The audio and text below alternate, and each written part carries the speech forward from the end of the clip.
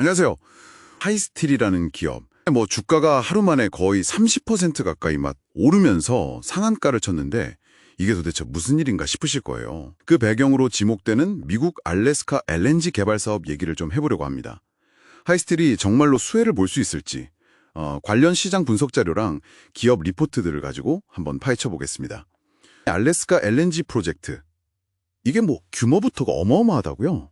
알래스카 북쪽에서 나오는 천연가스를요, 파이프라인으로 한 1300km 정도 남쪽으로 쭉 끌고 와요. 거기서 LNG로 만들어서 아시아 같은 곳으로 수출하는 그런 사업인데요. 초기 예산만 해도 한 450억 달러, 우리 돈으로 치면 64조 원 정도 되고요. 최대 1150억 달러, 한 158조 원까지도 얘기가 나오더라고요. 이 정도 파이프라인이면 당연히 특수 관관이 정말 많이 필요하겠죠. 1300km면 근데 관관 만드는 회사가 하이스틸만 있는 건 아닐 텐데요.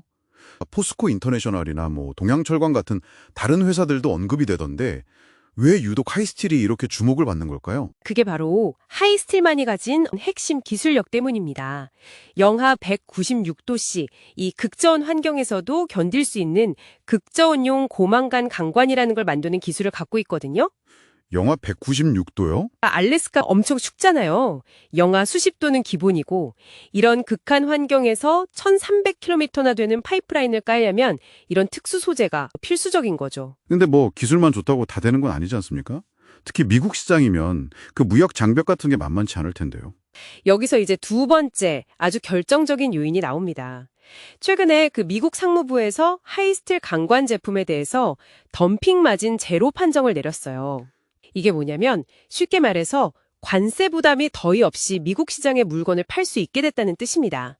그러니까 알래스카 프로젝트 같은 이런 큰 사업에서 가격 경쟁력까지 갖추게 된 거죠. 독보적인 기술력에다가 가격 경쟁력이라는 날개까지 단 셈이군요. 이 두 가지가 딱 맞물리니까 시장에서 하이스틸을 그냥 테마주가 아니라 다르게 보는 거군요. 근데 이런 초대형 프로젝트라는 게 워낙 변수도 많고 시간도 오래 걸리잖아요. 이 두 가지 요소만 가지고 벌써부터 실제 수주까지 된다 이렇게 보는 건 좀 너무 앞서 나가는 기대 아닐까요? 그래도 시장이나 전문가들이 하이스틸을 이렇게 보는 건 이게 단순 기대감이나 테마성 움직임이 아니라 실질적인 수혜 가능성이 높다 이렇게 판단하기 때문이에요. 극저온 관관 기술이라는 확실한 무기가 있고 또 관세 문제까지 해결됐다는 구체적인 근거가 있으니까요. 다른 경쟁사들하고 비교했을 때 확실히 좀 유리한 고지에 있다. 이런 분석이 많습니다. 그럼 이 알래스카 프로젝트 지금 실제로 어디까지 진행이 된 건가요? 사업화까지 얼마나 남은 건가요? 지금은 그 글렌파른 그룹이라는 곳이 주도를 하고 있고요. 최종 기원 설계, FID라고 하죠. 그 단계에 들어가 있습니다. 세계적인 엔지니어링 회사인 월리랑 같이 하고 있고요. FID 단계면 이제 상당히 구체화되고 있다는 거네요. 그리고 이제 가장 중요한 분기점이 될 최종 투자 결정, FID라고 부르는데 이게 2025년쯤으로 예상이 돼요.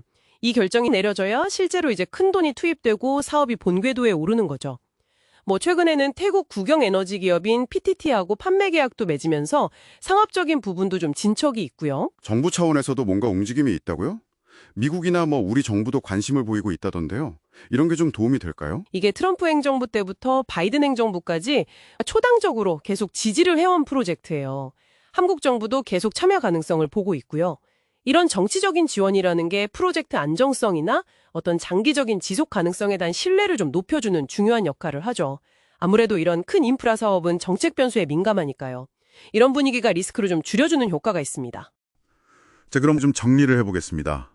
하이스틸의 최근 주가 급등 배경에는 첫째로 알래스카 LNG 프로젝트라는 엄청난 기회가 있고, 둘째는 그 극한 환경, 영하 196도를 견디는 특수 강관 기술력, 그리고 셋째는 미국 시장에서 관세 문제까지 해결됐다는 점.